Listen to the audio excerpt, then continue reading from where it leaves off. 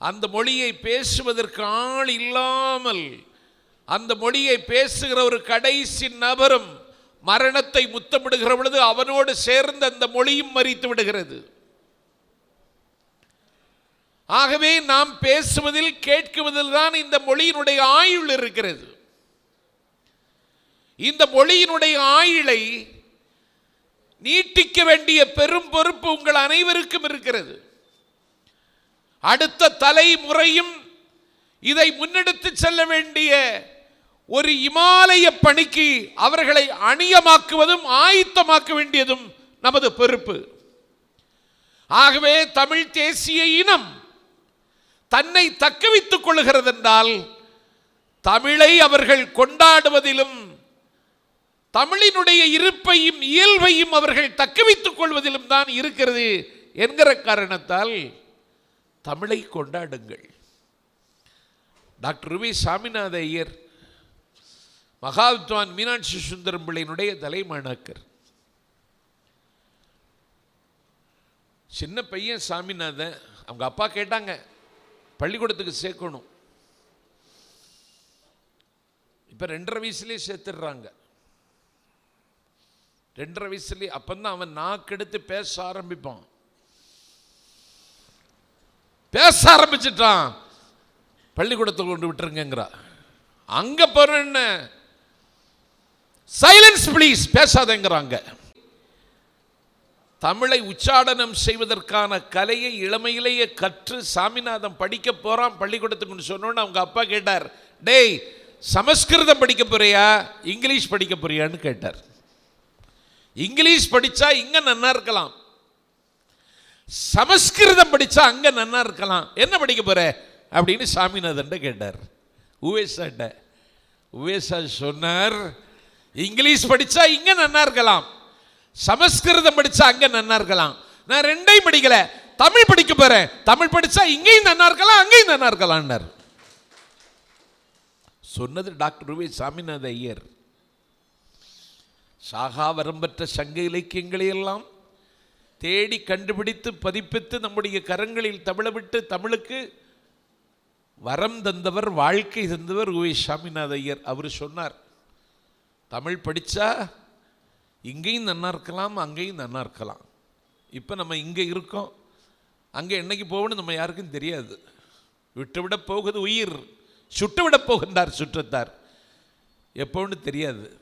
அங்கே போனாலும் நல்லா இருக்கணும்னா இப்போதே தமிழ் படிக்கணும் அப்படின்னு சாமிநாத ஐயர் சொல்கிறார். இப்படி ஒரு தமிழுக்கு ஒரு விழா. திருவள்ளுவன்ட பொய் சொல்கிறதுக்கு சட்டத்தில் இடம் இருக்கா? ஆமாடா சட்டத்தில் இடம் இருக்குடா. என்னன்னு கேட்டேன். அதனால நன்மை விளையுமானா பொய் சொல்லிடுன்ட்டான். பொய்மையும் வாய்மை இடத்த புரை தீர்ந்த தன்மை பயக்குமே நின்ட்டான். அவன் பாரு, அவன் பொய் சொல்லியிருக்கான். அப்போ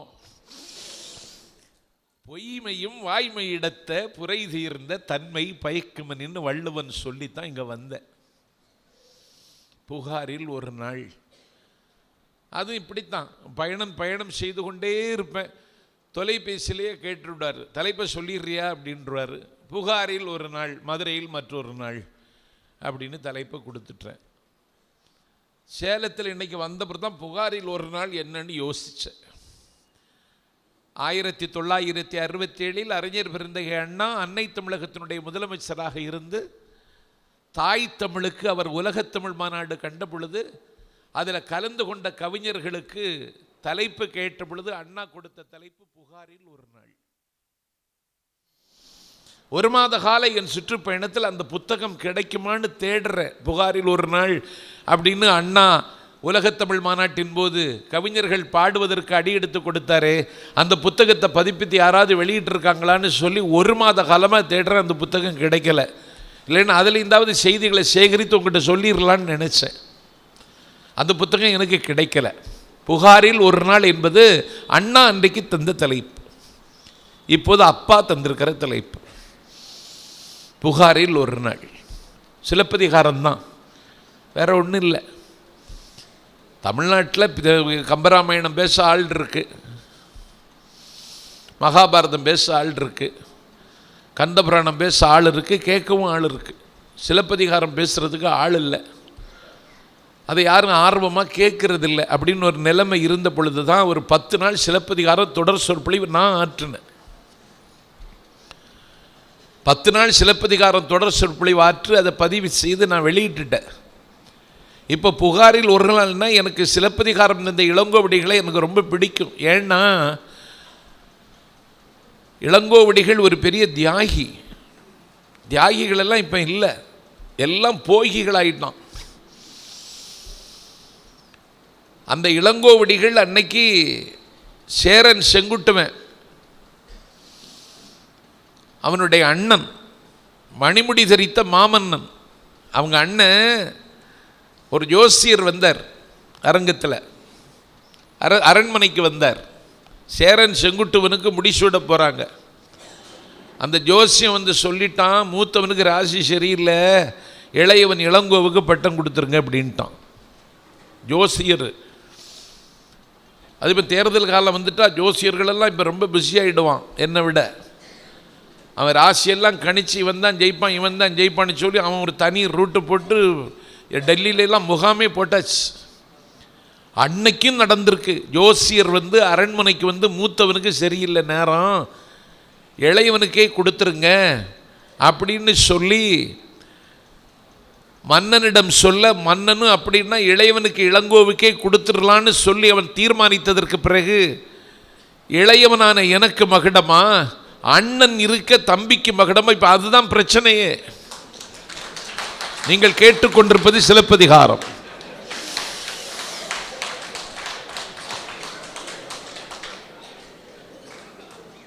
எனக்கா இளையவனாகி எனக்கா மகுடம்?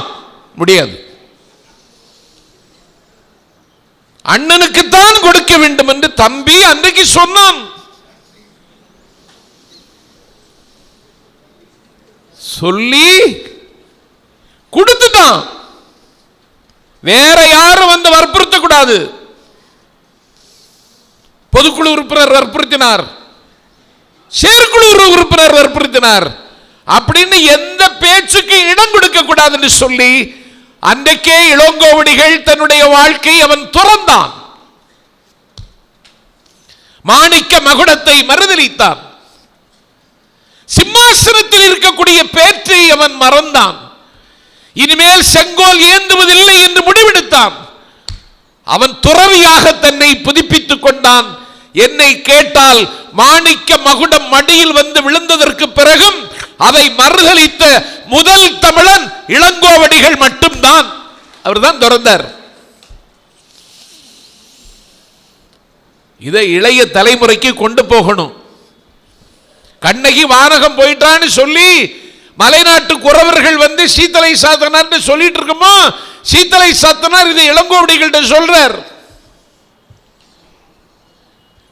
இளங்கோவடிகளை சீத்தலை சாத்தனார் கலந்து பேசுகிற பொழுது சொன்னார்கள், மணிமேகலை கதையை நீ சொல்லிடு, கண்ணகி கதையை நீ சொல்லிடு, மணிமேகலை கதையை நான் சொல்லிடுறேன்னு சீத்தலை சாத்தனார் மணிமேகலை கதையை எடுத்து மணிமேகலை காப்பியத்தை அவர் எழுத, இளங்கோவடிகள் கண்ணகி கதையை சொல்ல வேண்டும் என்று சொல்லி சிலப்பதிகாரத்தை இவர் எழுத தொடங்கினார்.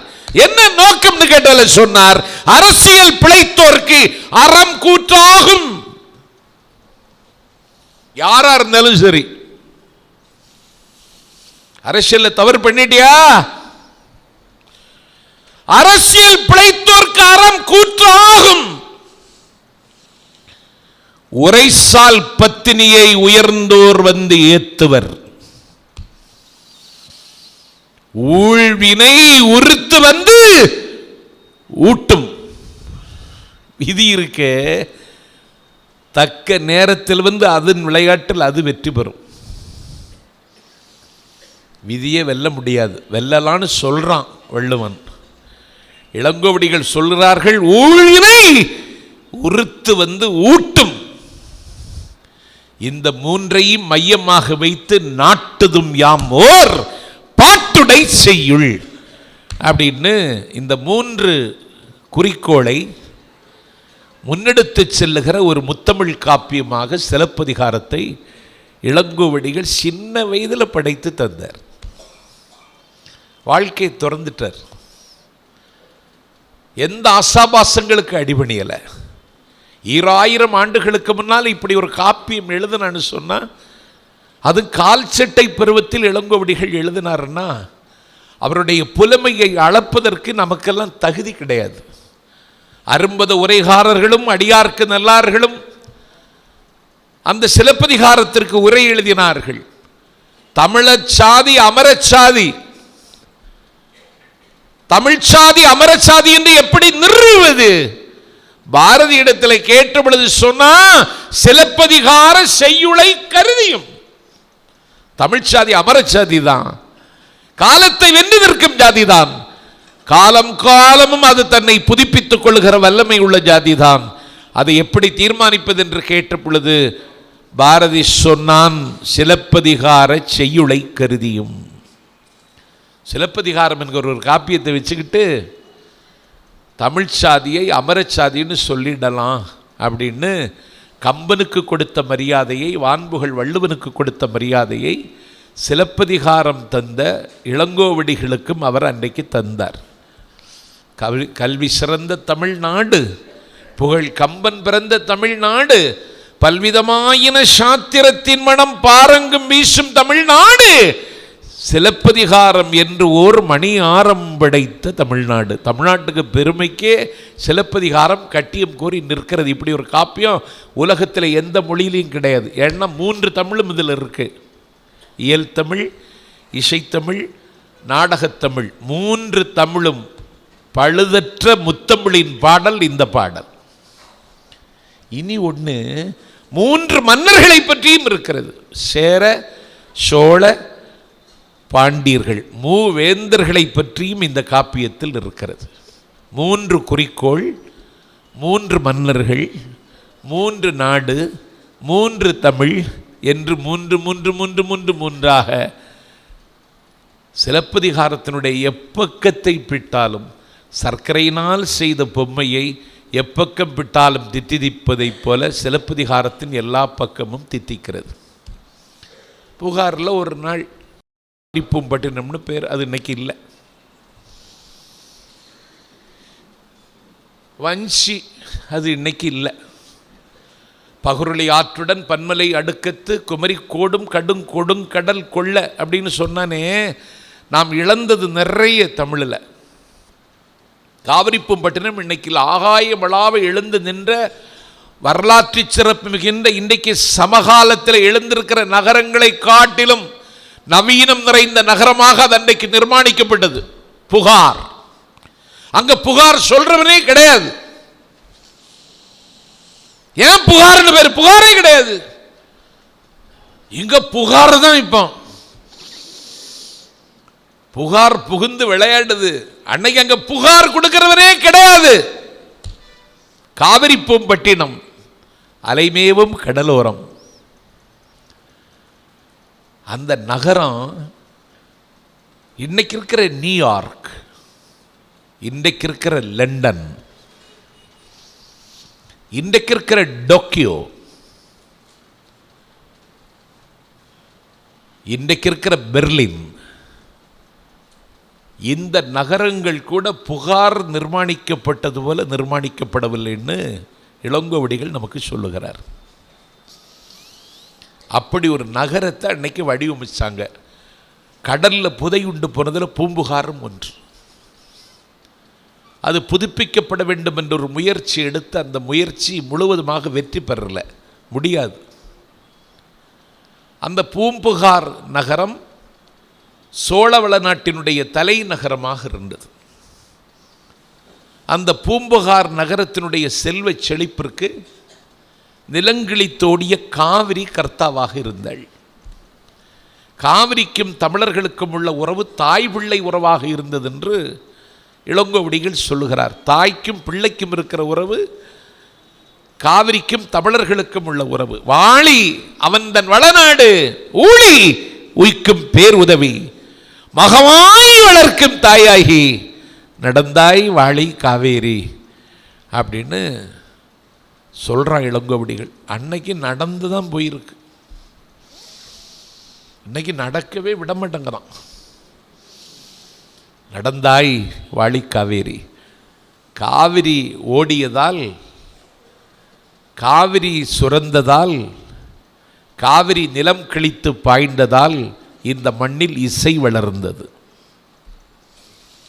இந்த மண்ணில் சிற்பம் வளர்ந்தது, இந்த மண்ணில் நாட்டியம் வளர்ந்தது, இந்த மண்ணில் கலை வளர்ந்தது, இந்த மண்ணில் நாகரிகம் வளர்ந்தது. தமிழர்களுக்கு முகமாகவும் முகவரியும் காவிரி இருந்த காரணத்தினால தமிழன் தன்னுடைய கீர்த்தி கொடியை உலகத்தின் உச்சியில் ஒரு நாள் பறக்க விட்டான். புகாரில் ஒரு நாள். அவன் தான் கரிகால் பெருவளத்தான். பூம்புகார் எப்படி இருந்தது? இந்த கிரீஸ், அன்னைக்கு அதுக்கு பேர் கிரேக்கம். கிரீஸு, அங்கிருந்து வந்தவன் பேரு யவனர்கள். அந்த யவனர்கள் கிரேக்கத்திலிருந்து வருகிறார்கள். எதை கொண்டு வருகிறார்கள்? குதிரை கொண்டு வருகிறார்கள். அவன் குதிரையை இங்கே கொண்டு வந்து கொடுத்து விட்டு அந்த யவனர்கள் இங்கிருக்கிற முத்துக்களை கிரேக்கத்திற்கு கொண்டு போனார்கள். எகிப்தை ஆண்டு ரோமாபுரி மன்னர்களை ஆட்டி படைத்த உலக பேரழகி கிளியோபட்ரா. ஷேக்ஸ்பியர் படிச்சா தெரியும், அவளை மாதிரி அழகி இல்லை. ஷேக்ஸ்பியர் சொல்றான், அவளை அனுபவிச்சதுக்கு பிறகும் அனுபவிக்க வேண்டும் என்று தோன்றுகிற ஒரே பெண் உலகத்தில் கிளியோபட்ரா தான். அப்படி ஒரு பேரழகி அந்த கிளியோபட்ரா. அவள் அணிந்திருந்த முத்துக்கள் எல்லாம் தமிழன் மூச்சை அடக்கி எடுத்த முத்துக்கள் என்று வரலாறு பேசுகிறது. முத்துக்களுக்கு நமக்கும் தொடர்பு இருந்தது. குமரகுருபர சுவாமிகள் மீனாட்சி அம்மை பிள்ளை தமிழ்ல முத்துக்களை பற்றி ஒரு பாட்டு பாடுறார். அந்த யவனர்கள் இருக்காங்களே, அவர்களுக்கு என்று சொல்லி பூம்புகார்ல தனி வீதி. கிரீஸ்ல இருந்து வந்த யவனர்களுக்கு தனி வீதி. மரக்கலம் வைத்து கடலிலே நாவாய் செலுத்துகிற பெருமக்களுக்கு, அலைவாயும் கடலோரம் அவர்களுக்கு தனி வீதி. வண்ணம், சுண்ணம், பூ, புகை, வண்ணப்பொடி விற்பவர்கள், சுண்ணப்பொடி விற்பவர்கள், பூ விற்பவர்கள், புகை விற்பவர்கள், இவர்களுக்கென்று நகரத்தில் தனி வீதி. பூம்புகார்ல 21ஆம் நூற்றாண்டின் வைகரையில் இன்னும் சென்னைக்கு வரல. அது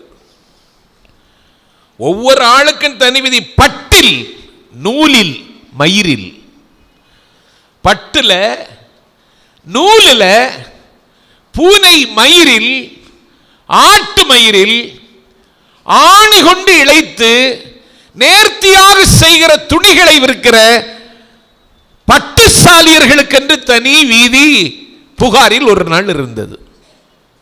அந்த புகாரில் தூசு, துகில், ஆரம், அகில், மாசர், முத்து, மணி, பொன் எல்லாம் இருக்கிறவர்களுக்கு தனியாக ஒரு வீதி இருந்தது. அந்த வீதிக்கு அணிமணி வீதின்னு பேர்.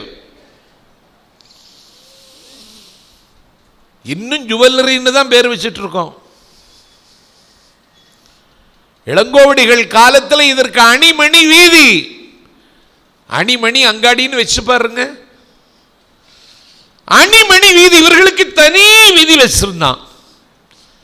அரிசி, கோதுமை, சோளம், திணை, இப்படி என்று சொல்ல பயிர், எல்லா வகையான தானியங்களை விற்பதற்கு தனி வீதி. அந்த வீதிக்கு கூல வீதின்னு பேர். கூலம்னா தானியம். தானியம் விற்பதற்கு தனி வீதி. பிட்டு விற்பவர்கள், அப்பம் விற்பவர்கள், அப்பம்னா அப்பம், பிட்டு விற்பவர்கள், அப்பம் விற்பவர்கள், கள் விற்பவர்களுக்கு வலைச்சேர்னு பேர். கள் விற்பவர்கள், மீன் விற்கிற பரதர்கள், உப்பு விற்கிற உமணர்கள், வெற்றிலை விற்கிற பாசவர்கள், பல வகையான ஆடு, அந்த ஆட்டின் தசையை விற்கிற வியாபாரிகள், இவர்களுக்குன்னு தனி வீதி, நான் வெஜிடேரியன் வீதி, தனி வீதி வச்சிருக்கான். என்னைக்கு 2000 வருஷத்துக்கு முன்னாடி. இது பார்த்து எழுதியது. காவிரிப்பும் பட்டினம் அவன் கண் முன்னால் நிழலாடியதல்ல, அவன் கனவு கண்ட பூமி அல்ல, அவன் பார்த்து படைத்த நகரத்தை சிலப்பதிகாரம் என்கிற காவியத்தில் இளங்கோவடிகள் படைத்து இந்த தலைமுறைக்கு தருகிறார். இதுக்கு அவன் தனி வீதி வச்சிருக்கான்.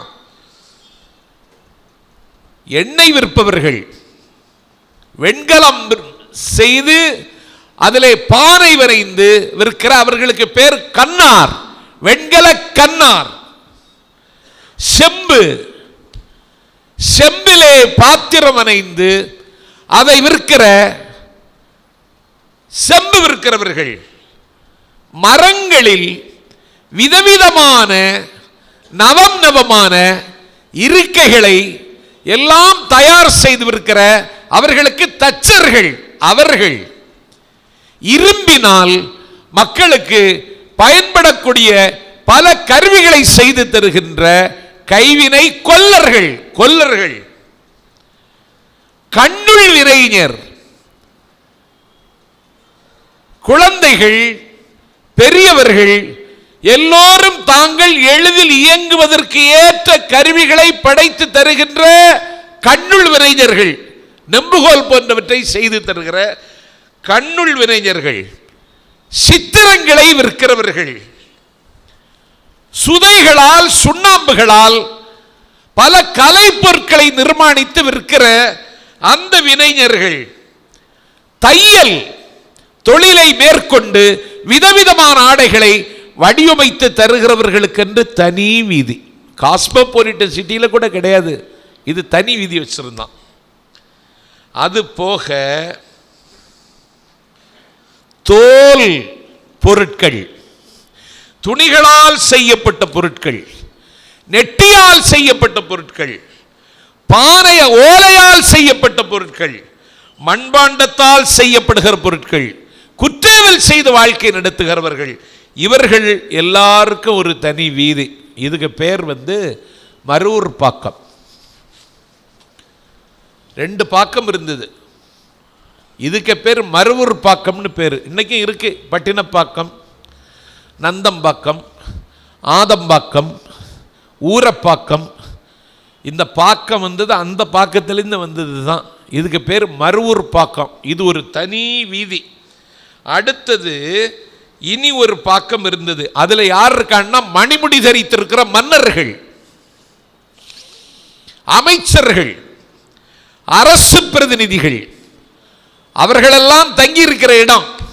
அதுக்கு பேர் பட்டினப்பாக்கம்.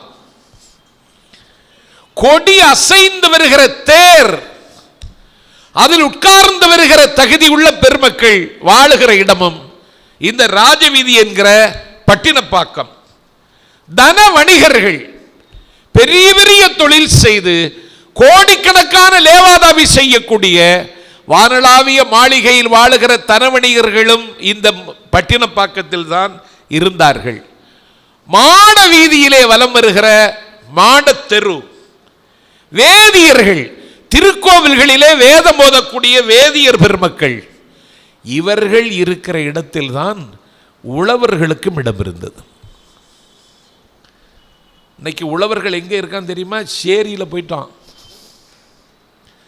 ராஜவீதியில் மன்னன் இருந்த இடத்தில், கொடித்தேரில் உட்கார்ந்திருக்கிற சாண்டோன் உலவிய இடத்தில், திருக்கோவில்களிலே வேதம் ஓதிய வேதியர்கள் இருந்த இடத்தில் உழவர்களுக்கு இடம் ஒதுக்கப்பட்டிருந்தது என்று புகாரில் ஒரு நாள் என்ற செய்தியை சொல்லுகிற பொழுது அதில் சொல்லுகிறார்கள். அந்த இடத்துல தான் டாக்டர் இருந்தான், மருத்துவர். அந்த இடத்துல தான் ஜோதிடர் இருந்தான். மருத்துவர், ஜோதிடர், அரசர், அமைச்சர், வேதியர், இவன் எல்லாம் இருக்கிற இடத்துல உழவர்களுக்கு இடம் இருந்தது. உழுவார் உலகத்தார்க்கு ஆணி. இதுக்கு பேர் பட்டினப்பாக்கம். அந்த பக்கம் பானா அதுக்கு பெயர் மருவூர் பாக்கம். இது போனால் காலையில் ஒரு கடை திறக்கும், கடை வீதி திறந்துடும். அதுக்கு நாளங்காடின்னு பேர். காலையில் ஒரு கடை திறக்கும், அதுக்கு பேரு அல்லங்காடின்னு பேரு. இப்ப அப்படி இருக்கா? அன்னைக்கு நாகரிகம் அரும்பிய காலகட்டத்தில் காலையில் கடை திறந்தா அதுக்கு நாளங்காடின்னு பேர், மாலையில் கடை திறந்தா அதுக்கு பேர் அல்லங்காடின்னு பேர். இப்போ 10 மணிக்கு தான் கடை திறக்குது, ஒரே கடை தான் தினசரி திறக்குது. காலையில் திறந்தா நாளங்காடி, மாலையில் திறந்தா அல்லங்காடி. அந்த நாளங்காடியிலும் அந்த அல்லங்காடியிலும் பண்டங்களை கூவி விற்கிறவர்கள் எழுப்புகிற ஓசை கடல் தோற்கிற ஓசையாக இருந்தது. அந்த புகாரில் என்ன செய்தார்கள் என்றால், அவரை, துவரை, எள்ளுருண்டை, கரிச்சோறு, பூ, புகை எல்லாம் வைத்து, பொங்கல் வைத்து துணங்கை கூத்தும் குரவை கூத்தும் ஆடுகிற பழக்கம் பூம்புகாரில் அன்றைக்கு ஒரு நாள் இருந்தது. அந்த பூம்புகார் நகரில் வானளாவை எழுந்து நிற்கிற ஒரு வசந்த மாளிகையில் வீட்டுக்குள்ள கப்பல் விடலாம் என்கிற அளவிற்கு வசதி படைத்த வீட்டில் மாநாயகன் என்று சொல்லக்கூடிய ஒரு வர்த்தக சக்கரவர்த்தியினுடைய மகள்தான் கண்ணகி. அந்த வீட்டில் பிறந்தாவா.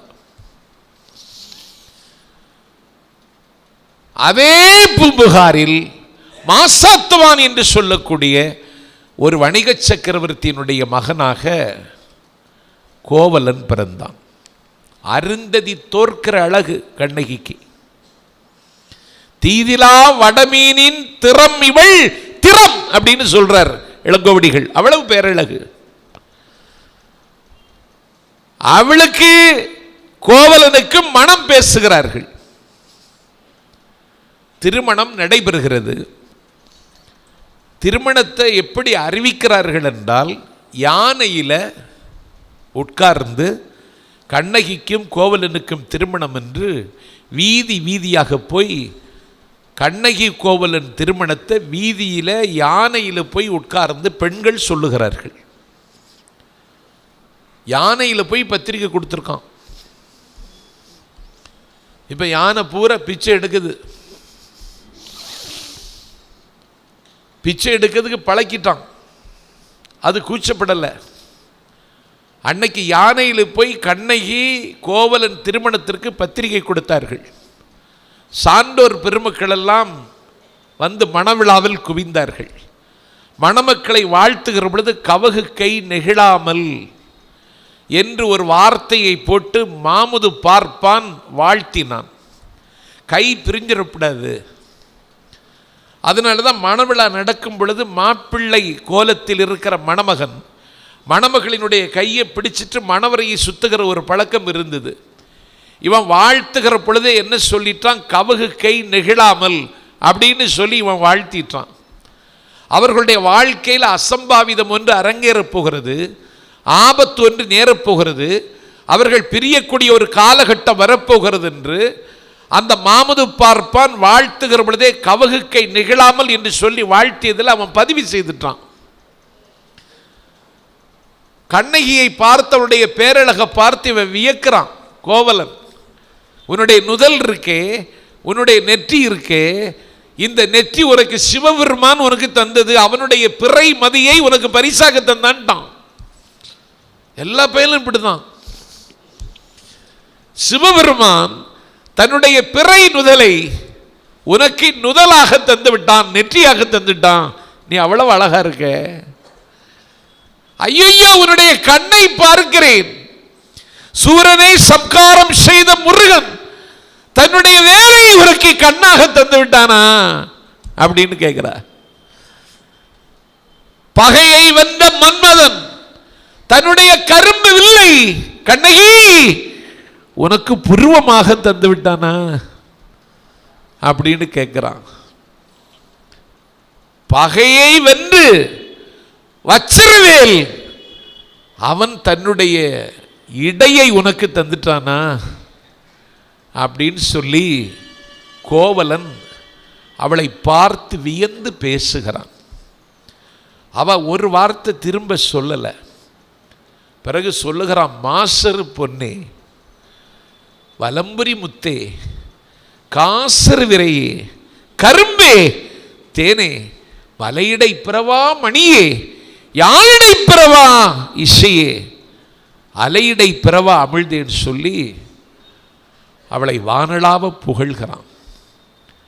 கோவலனும் கண்ணகியும் காவிரிப்பூம்பட்டினத்தில் புகாரில் ஒரு நாள் அவர்கள் இருந்த வீடு 7 அடுக்கு மாளிகை.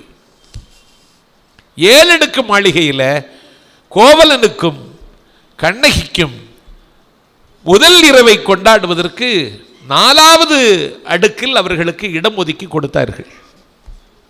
இப்போ கல்யாணம் முடிச்சுட்டா என்ன மாப்பிள்ளை ஹனிமூன் எங்கே போனார் அப்படின்னு கேட்குறோம். அன்னைக்கு ஹனிமூன் காவிரிப்பூம்பட்டினத்திலே 7 அடுக்கு மாளிகையில் 4வது அடுக்கில் அவனுக்கு தங்குவதற்கு கோவலனுக்கு கண்ணகிக்கு இடம் ஒதுக்கி கொடுத்துட்டாங்க. இருவரும் மயங்கி கிடக்கிறார்கள். இனிமேல் அனுபவிக்க முடியாதுங்கிற அளவிற்கு போகத்தை அனுபவித்து கொண்டிருக்கிற அந்த பொன் வேளையில் ஒரு நாள் இவன் வீதிக்கு போகிறான். கோவலன் அதே ஊரில் சேற்றில் பிறந்தவள் மாதவி. அவளும் நிகரில்லாத பேரழகு. அவளுக்கு நிகரான ஆடவல்லால் இதுவரைக்கும் வரலாற்றில் பிறக்கலை. அப்படி ஆடுவா. சிவபெருமான் ஆடிய 11 வகை ஆடல்களை வரலாற்றில் ஆடிய ஒரே நாட்டியக்காரி இந்த நாட்டில் மாதவி தான். அவன் ஆடவல்லாம். உலகம் இன்றைக்கு இயங்கிக் கொண்டிருப்பது என்றால் அவன் ஆடிக்கொண்டிருக்கிறான் என்ற அர்த்தம். அவன் என்றைக்கு தன்னுடைய ஆட்டத்தை நிறுத்துகிறானோ உலகம் தன்னுடைய மூச்சை நிறுத்தி விடுகிறது. அந்த ஆடவல்லான் ஆடிய 11 வகை கூத்துக்களை ஆடுவதற்கு வல்லவளாக மாதவி தேர்ச்சி பெறுகிறாள்.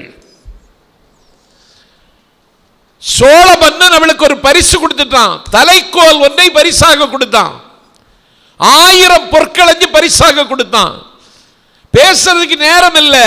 அவள் ஆடுவதற்கு போடப்பட்ட மேடை இருக்கிறது. இன்றைக்கு இருக்கிற நவீன தொழில்நுட்ப யுகத்தில் எம்இ ஆர்கிடெக்ட் படித்த என்ஜினியர்களோட போட முடியாத மேடை அன்னைக்கு போட்டு கொடுத்தான் மாதவி ஆடுவதற்கு. அவ்வளவு பெரிய ஸ்கிரீன், அவ்வளவு பெரிய வைரத்தூண், அவ்வளவு பெரிய நித்தில பந்தல், அவ்வளவு அழகான விதானம், கண்ணை பறிக்கும் கருத்தை கவரும் எழிலார்ந்த மேடையில கண்ணகி மாதவி தன்னுடைய 11 வகை ஆட்டத்தை ஆடி முடித்து சோழ மாமன்னன் 1000 பொற்காசுகளை அவருக்கு பரிசாக கொடுத்து தலைக்கோலையும் கொடுக்கிறான். இது யாருக்கு கிடைக்காத பரிசு. பாரத ரத்னா விருது மாதிரி. அது தலைக்கோல் வாங்க முடியாது. 12 வயசுல வாங்கிட்டா மாதவி. அவ அம்மா சித்ராபதி. பரத்தையர் குடும்பம்.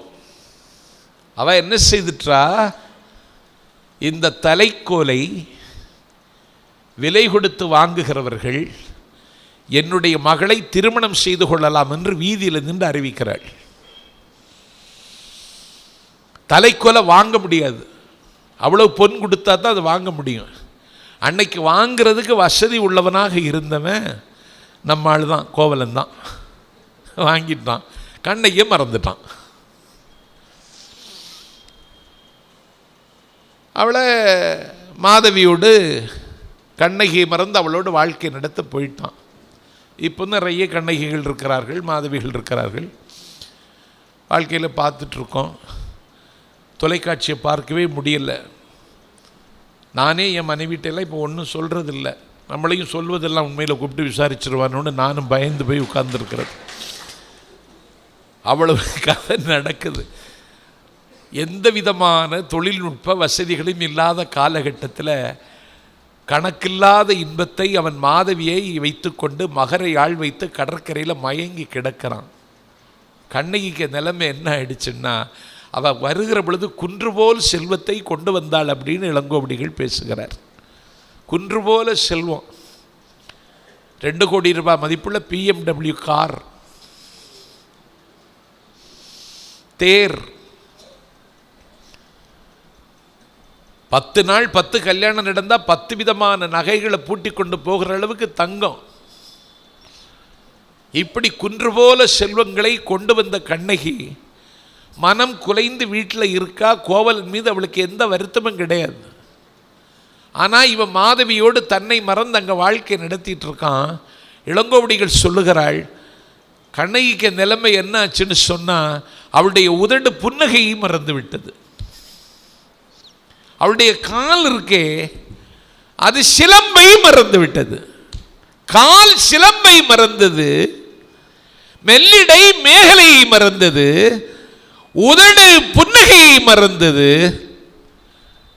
அவ இந்த கோலத்தில் இருக்க அவன் ஒரு பக்கம் அங்க போகத்தின் உச்சிக்கு போயிட்டு இருக்கான். கோவலன்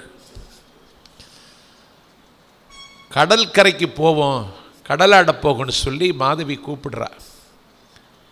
இவன் கொஞ்சம் கொஞ்சம் கொஞ்சம் மூட விட்டா இருக்கான். இவன் இந்த கோவலன்கிற இடத்துல இந்த காலை எடுத்துட்டா கேவலன் ஆயிடும். அவன் அப்படி உள்ள ஆள். ஸ்ரீலோலன் மாதவிட்டு அங்கே போய் இருந்த பொழுதும் அவனுக்கு மனசு என்னமோ ஒரு இடத்துல நிற்கலை. மாதவி அவதை புரிந்து கொள்ளுகிறாள். இப்போ இவனை எப்படியாவது திருப்திப்படுத்தணும்னு சொல்லிட்டு அவள் என்ன செய்கிறா, அவள் தன்னை நன்றாக அணி மணிகளால் தன்னை அவள் அலங்கரித்து கொள்கிறாள். அதுக்காக அவள் என்ன செய்கிறாளாம், 16 வகையான தைலத்தை தலையில் தேய்கிறாளாம். 6 வகை துவர் 16 வகையான தைலம் தேய்ச்சி ஓம புகையெல்லாம் கூந்தலில் காட்டி அந்த கூந்தல் ரொம்ப அவள் அழகுபடுத்துகிறாளாம். உச்சந்தலையிலிருந்து உள்ளங்கால் வரைக்கும் கிட்டத்தட்ட 36 வகையான நகைகளை எடுத்து அவள் பூட்டிக் கொள்கிறாள் கோவலனை திருப்திப்படுத்துறதுக்கு.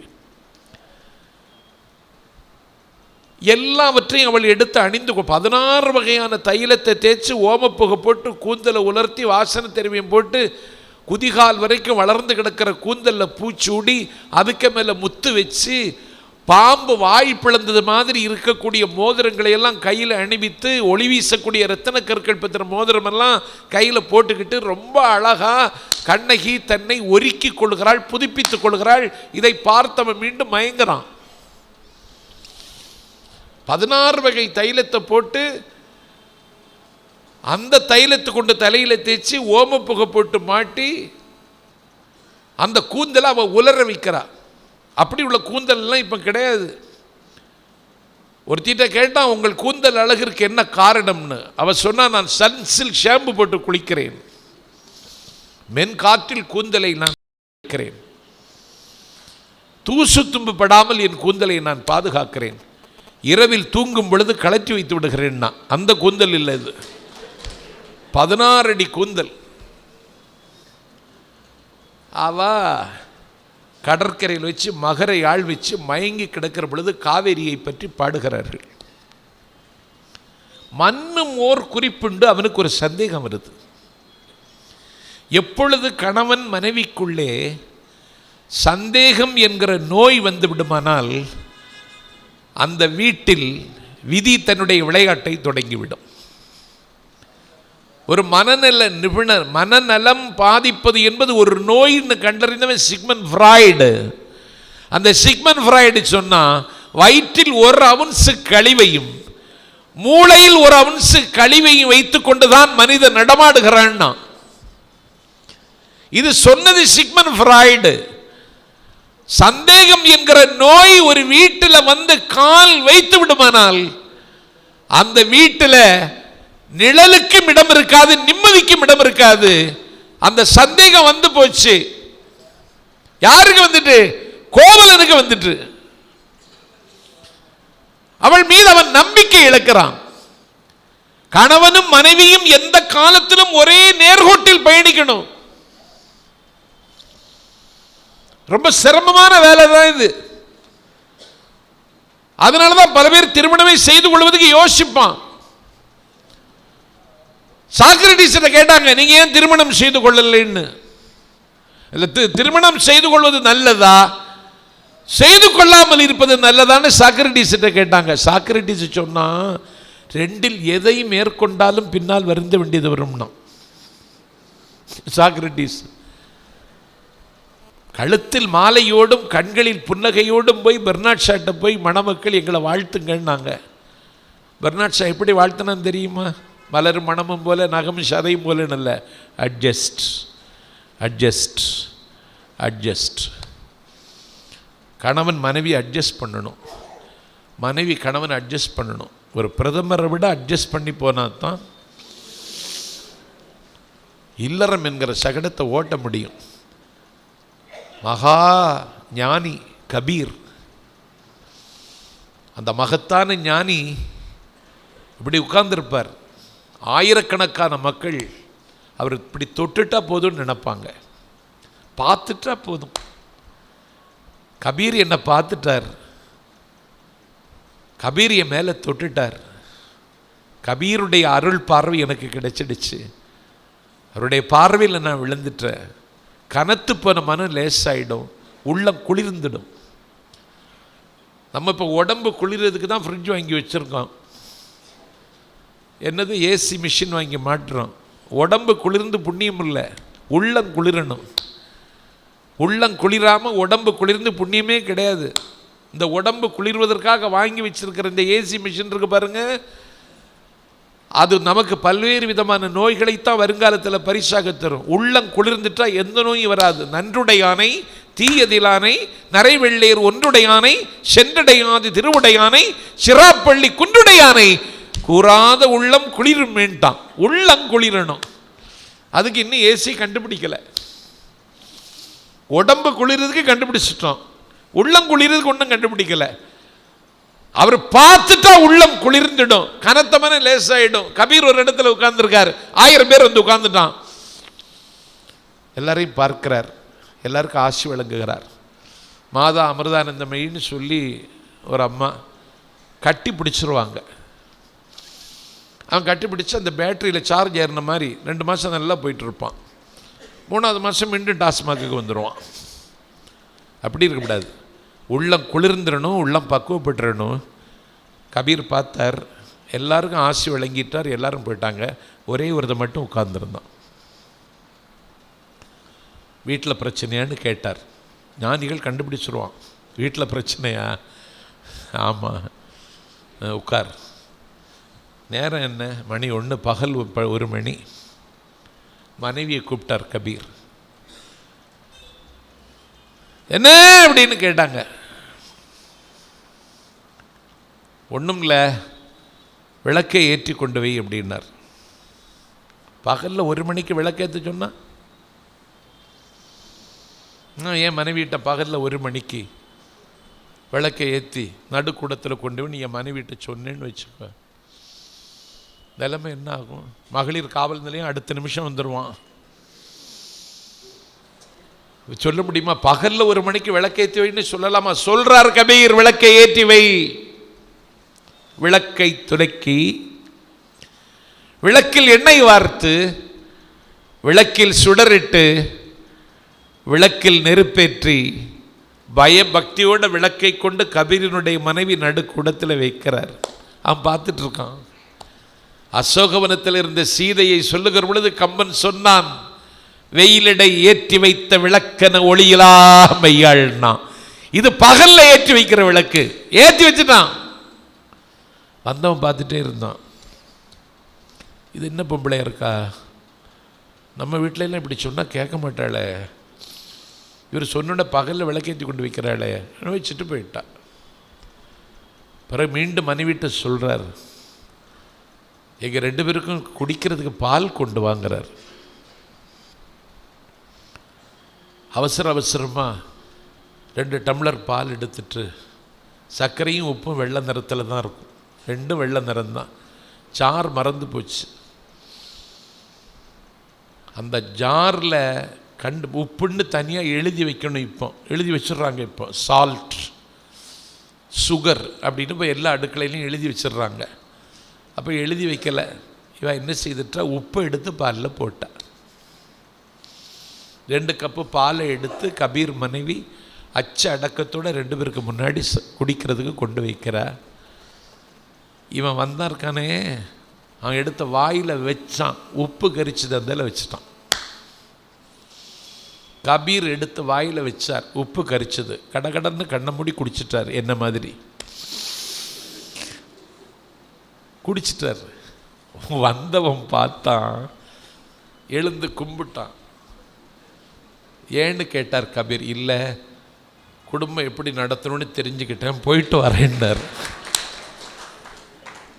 கணவன் மனைவியிடத்தில் குறை காணாமலும் மனைவி கணவனிடத்தில் குறை காணாமலும் சந்தேகப்படாமல் இருந்துட்டா அந்த வீட்டில் நிழல் பந்தல் அமைச்சிரும். நிம்மதி தன்னுடைய கொடியை பறக்க விட்டுடும். நமக்கு இருக்கிற நோயே அப்படித்தான். சந்தேகம் வந்துட்டு கோவலனுக்கு. அதனால தான் கோவலன் குற்றவாளின்னு கல்லூரி மாணவனாக இருக்கும் பொழுது நானே ஒரு வழக்காடு மன்றத்தை வழக்கு தொடுத்தேன். ஐயாட்டை சொன்னேன், ஒரு வழக்காடு மன்றம் போட்டுடலாமான்னு. பட்ஜெட் இடம் தரல, எக்கனாமிக் இம்பேலன்ஸ்ன்னு அவர் பதில் சொல்கிறார். சரி வேண்டான்ட்ட. கோவலன் குற்றவாளி அப்படின்னு சொல்லி ஒரு வழக்காடு மன்றம் போடுறான்னு நினச்சேன். ஏன்னா நான் இப்போ புதிய புதிய தலைப்பெல்லாம் கொடுத்துட்ருக்கேன். அப்படி ஒரு வழக்காடு மன்றம் போட்டுடலாமே. ஏன்னா இப்போ இலக்கிய தலைப்புகளை யாரும் போடுறதில்லை. இப்போ ஒரு தலைப்பு கொடுத்தேன், இன்றைய இளைஞர்கள் பின்பற்ற வேண்டிய இதிகாச பாத்திரம் வில்லியின் கர்ணனா கம்பனின் கும்பகர்ணனான்னு கொடுத்தேன். இப்போ ஒரு தலைப்பு கொடுத்துருக்கேன், எதிர்கதை தலைவர்களில் இதயத்தில் என்றைக்கும் சிம்மாசனம் போட்டு இருக்கிறவன் வில்லியினுடைய துரியோதனனா கம்பனுடைய ராவணனான்னு தலைப்பு கொடுத்துருக்கேன்.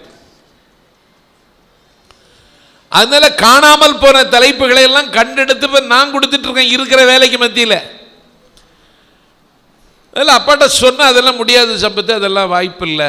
5 பேரை கொண்டு கவியரங்கு நடத்தினாலும் நடத்துவேன், 3 பேரை கொண்டு வழக்காடு மன்றம் நடத்த மாட்டேன்ட்டார்.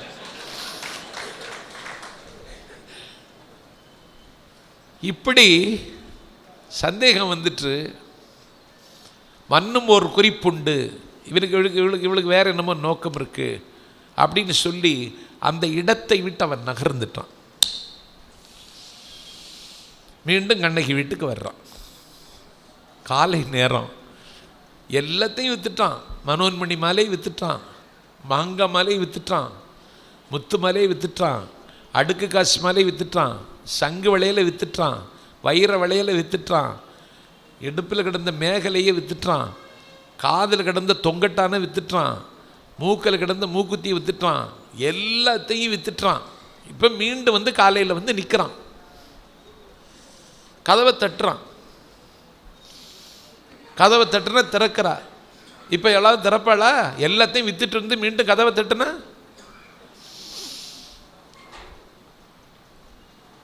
ராத்திரி வந்து கணவன் கதவை தட்டுறான். அம்மான்னு சொல்கிறான். அவ சொல்கிறா, ராத்திரி எல்லாம் பிச்சை போடுறது இல்லை. அப்படி இல்லை. கணவன் கதவை தட்டிய மாத்திரத்தில் கதவை திறந்தாள். வீசின கை வெறுங்கையோடு நிற்கிறான். எதுக்கு ஒன்றும் இல்லைன்னு சொல்கிறீங்க? எதுவும் இல்லைன்னு சொல்லி சங்கடப்பட வேண்டாம்.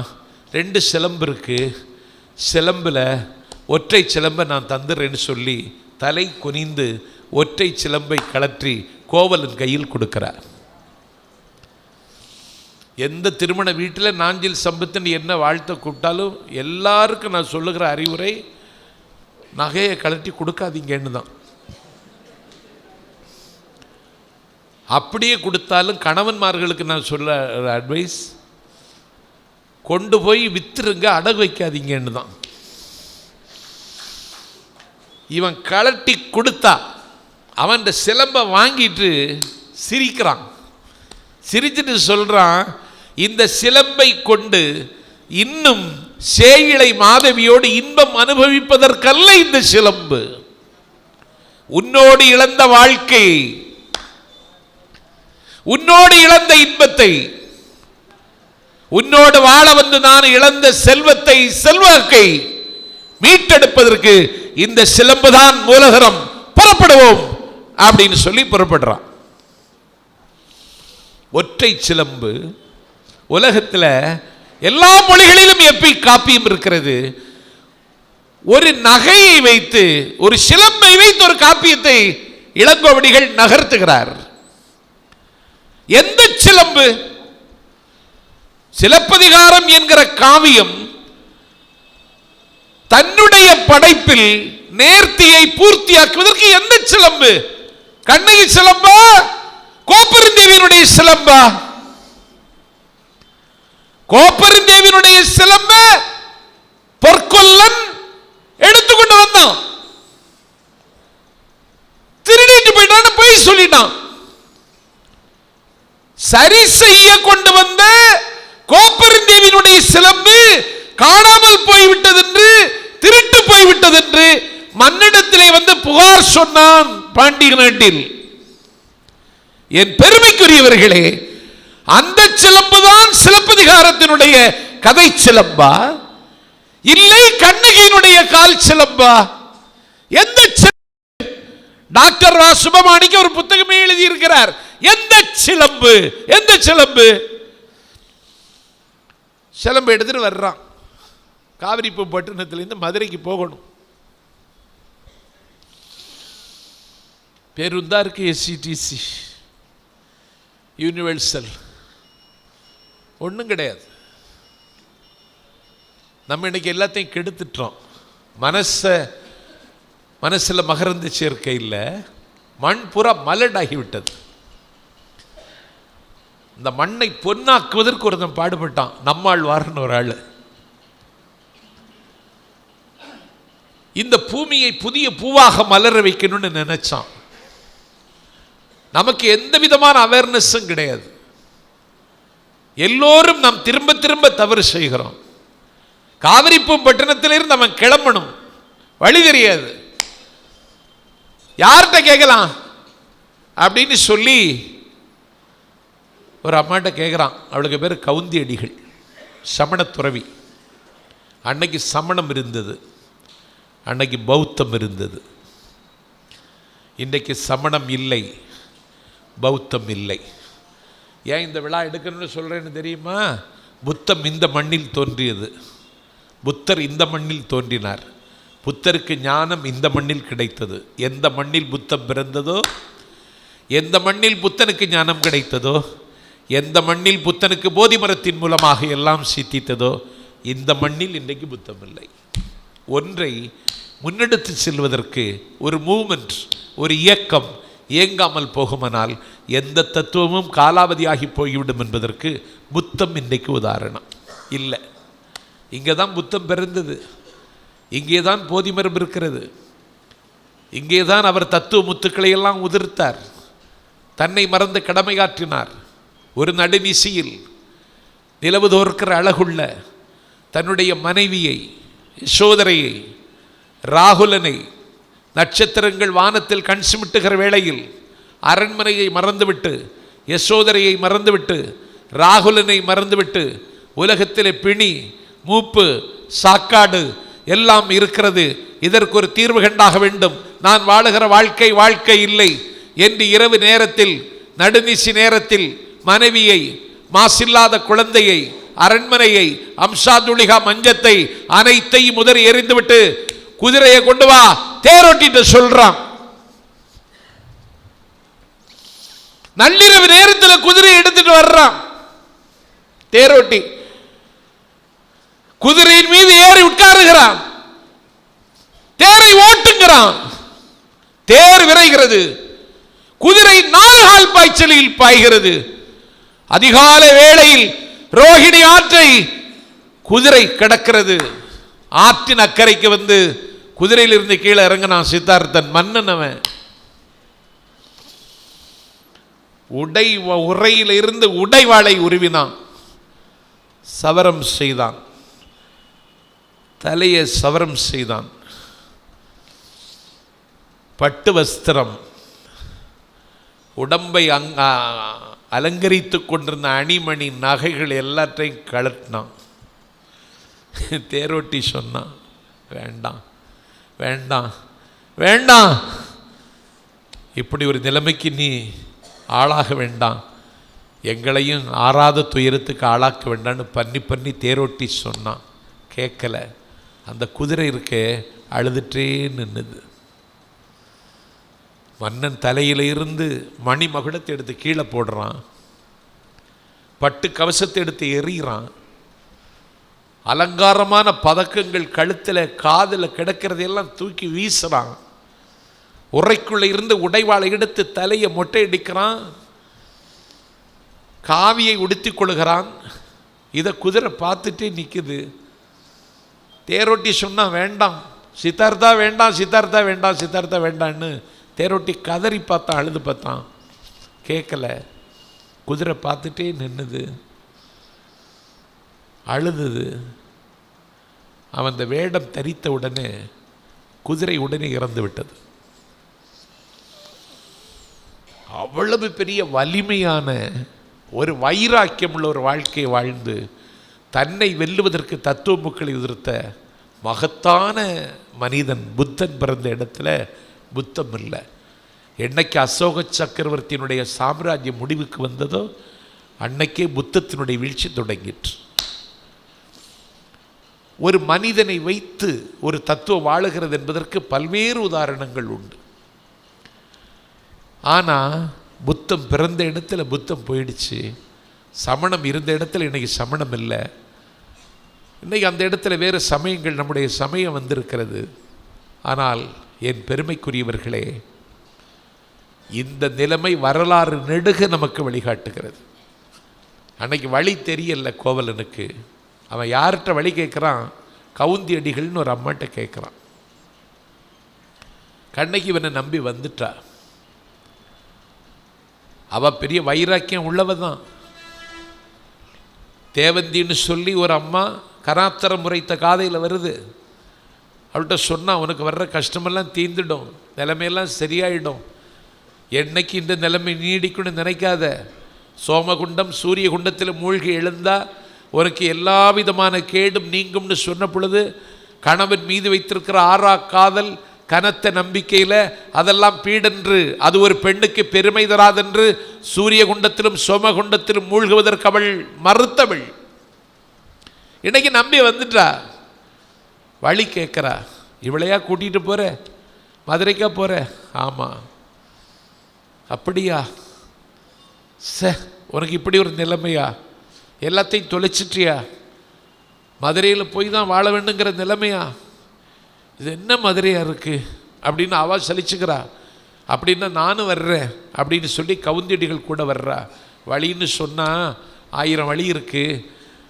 இந்த வழியாக போனால் காட்டு வழி, வன விலங்குகள் வாய் பிளந்து நிற்கும், மனிதனை விழுங்கிவிடும். அந்த வழியாக நம்ம போக முடியாது. சோலை வழியாக போகலாமான்னு யோசித்தா சோலை வழியாக போகலாம். எப்படி போகிறது அப்படின்னு கேட்குறியா? பலா மரத்தில் பலா பழங்கள் பழுத்து தொங்கும், பறிக்கிறதுக்கு ஆள் இருக்காது. இன்றைக்கி சேலத்து கடை வீதியில் தட்டில் வச்சு கூவி கூவி விற்கிறான் பலா சுளைய. அன்னைக்கு பலா பழத்தில் பழங்கள் பழுத்து தொங்கும், பறிப்பதற்கு ஆள் இருக்காது. கண்ணகி நடந்து செல்லுகிற பொழுது தலையில் வந்து பலாப்பழங்கள் முட்டும். அப்படின்னா கண்ணகிக்கு வலிக்காதா? கண்ணகி வருத்தப்பட மாட்டாளா? அதை யோசிச்சுக்கோ அப்படின்னு கவுந்தியடிகள் சொல்லுகிறார். அப்படியா அப்படியா அப்பாவி மாதிரி கேட்குறான். சரி, அடுத்து இதே காவிரிப்பட்டினத்தை தாண்டி நீ காலிடத்தை வச்சுட்டேன்னு வச்சுக்கோ. அந்த பலாப்பழம் பறிக்காத காரணத்தினால் சிவந்து நிற்கிற பலாப்பழத்தில் இருந்து தேன் வழிந்து ஒழுகும். வழிந்து ஒழுகுகிற தேன் ஓடையில் இருக்கிற தண்ணீர்ல போய் கலந்துடும்.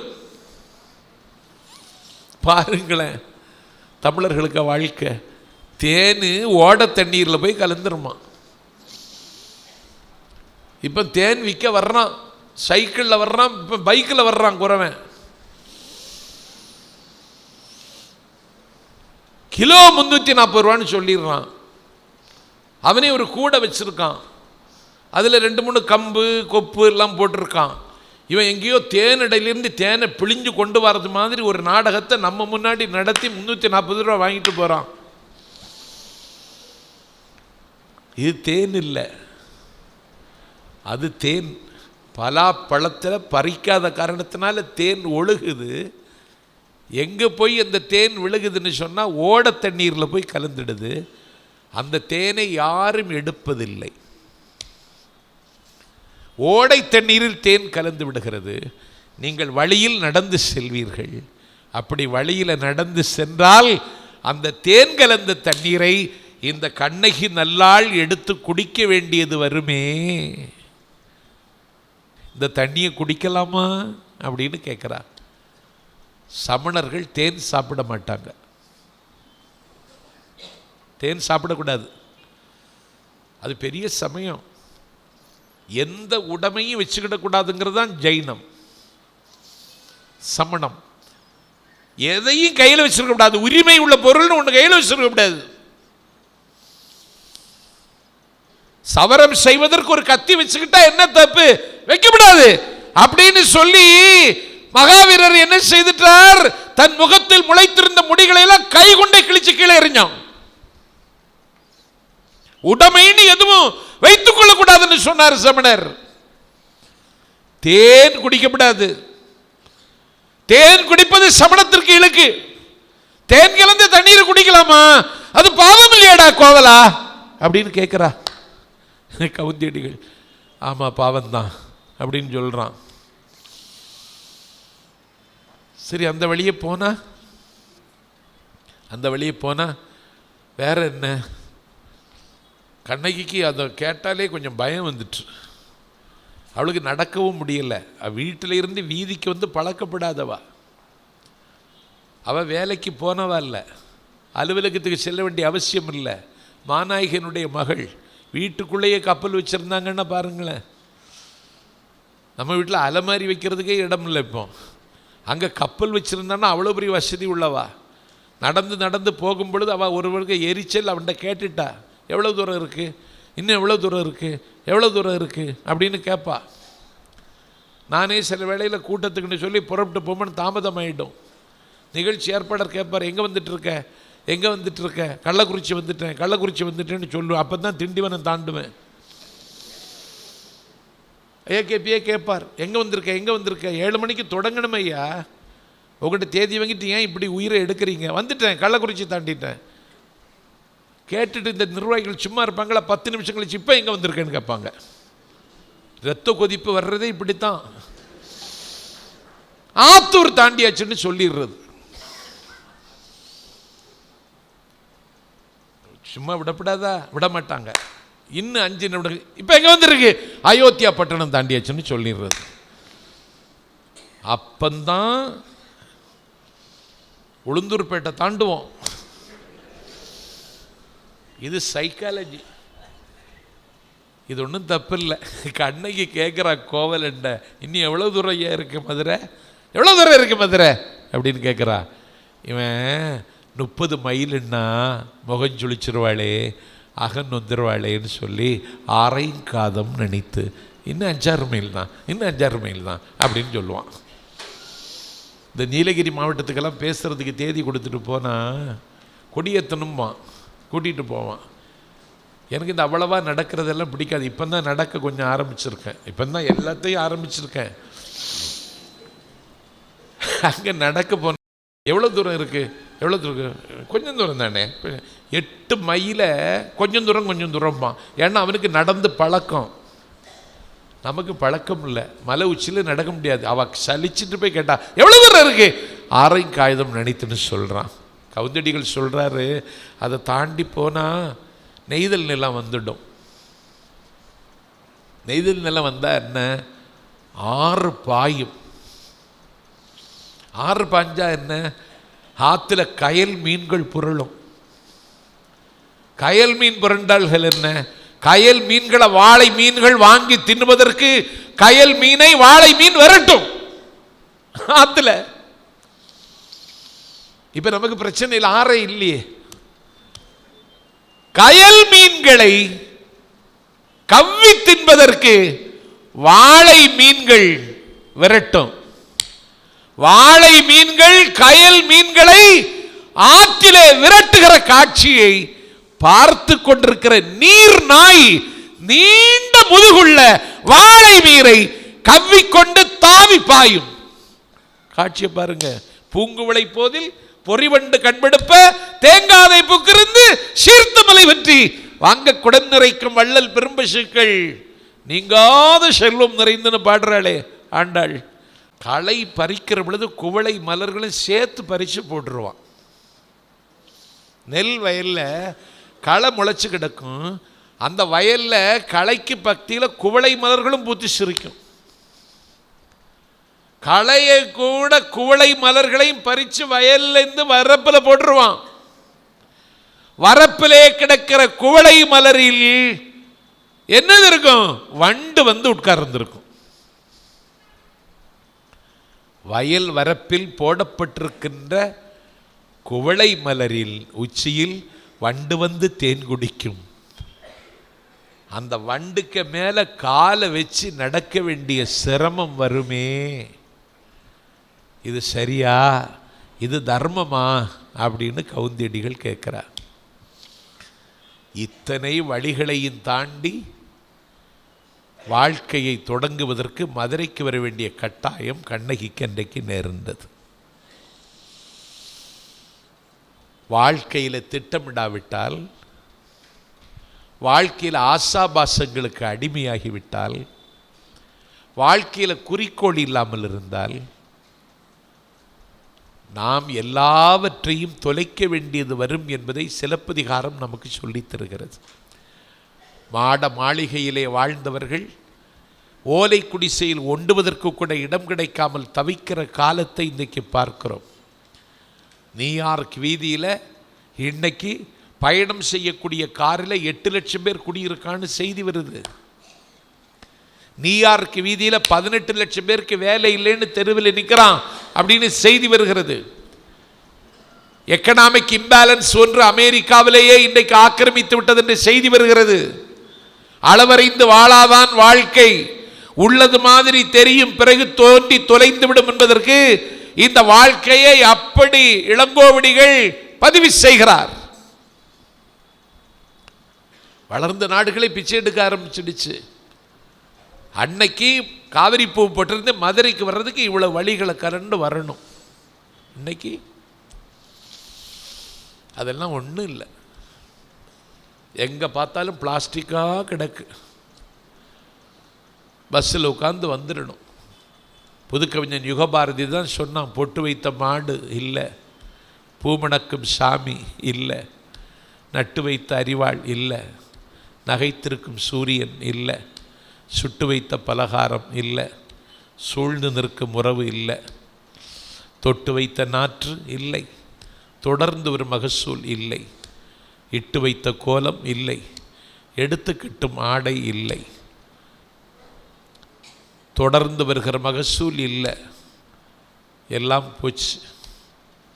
வேளாளர்கள் இருந்த இடத்துல இப்போ பூரா தாளாளர்கள் வந்து உட்கார்ந்துருக்கான்.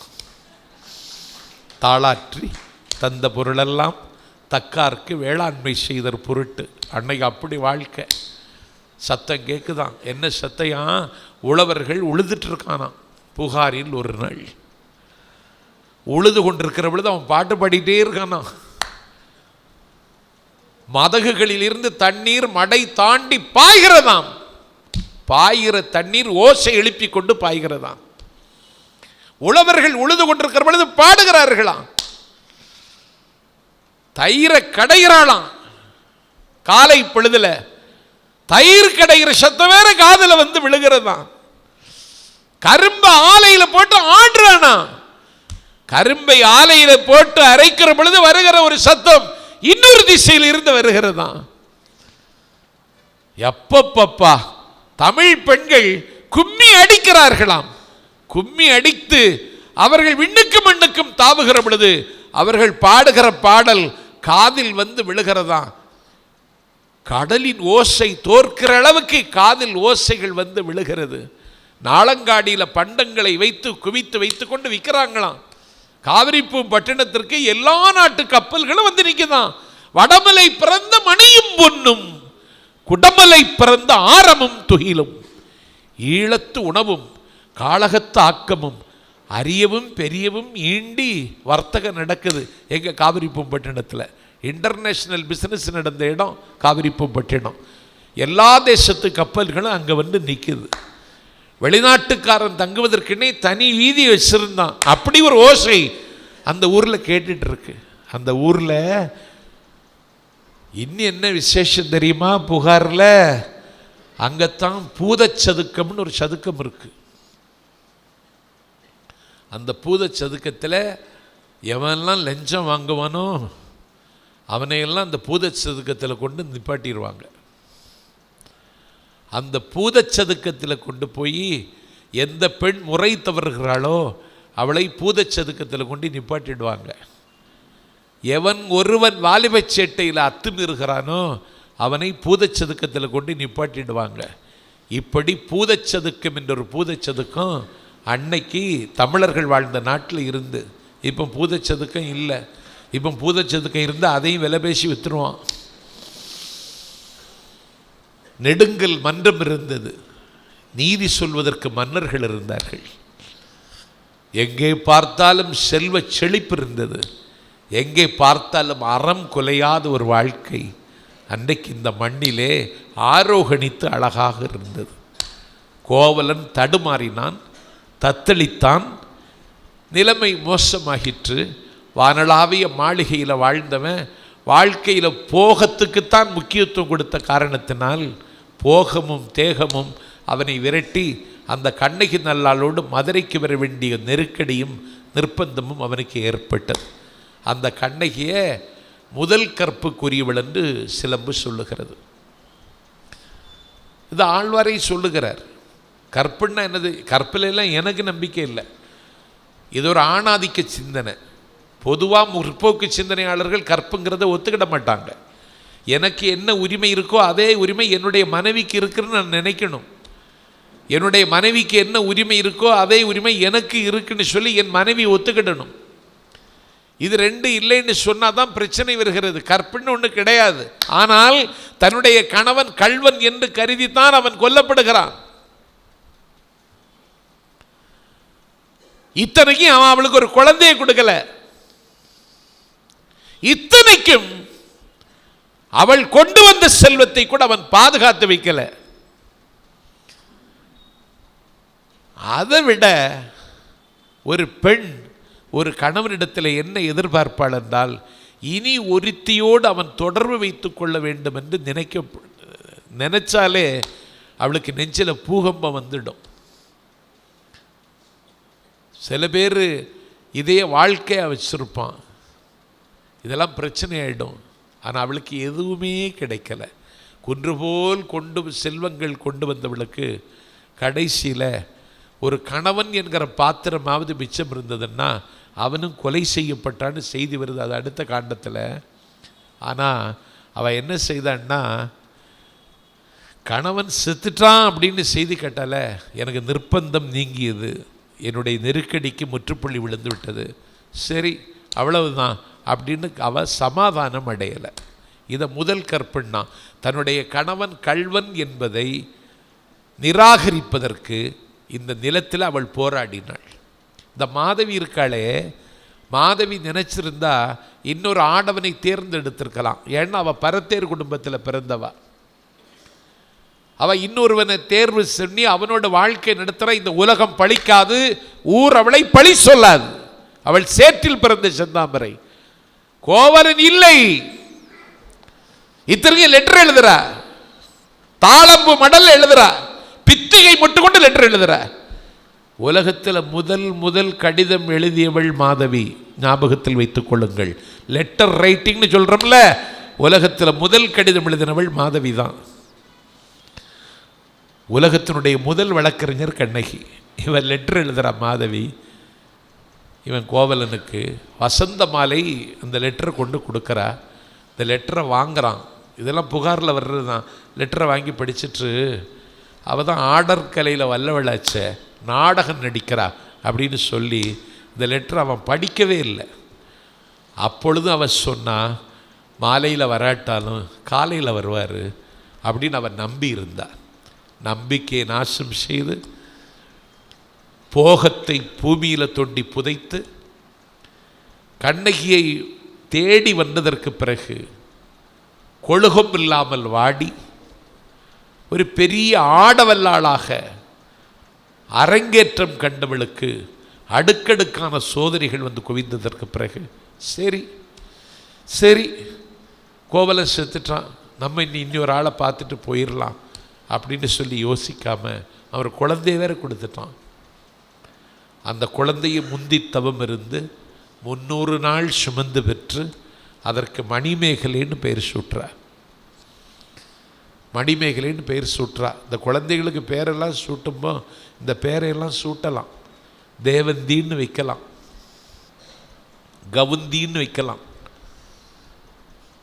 இன்னைக்கு காலையில் நான் விடியற்காலை 3 மணிக்கு வந்துட்டேன். ஒரு பல்கலைக்கழகத்தில் ஒரு வேலை, நான் காரில் புறப்பட்டுருக்கேன். எனக்கு ஒரு தொலைபேசி, நீலகிரி மாவட்டம் கூடலூரிலிருந்து ஒரு தம்பி பேசுகிறான். அண்ணா, பெண் குழந்தை பிறந்திருக்கு, வாழ்த்துக்கள். மூச்சோடும் அழகோடும் முத்து போல் பிறந்திருக்கிற உன் பெண் குழந்தைக்கு என்னுடைய முத்தங்கள் தம்பின்னு சொன்னேன்.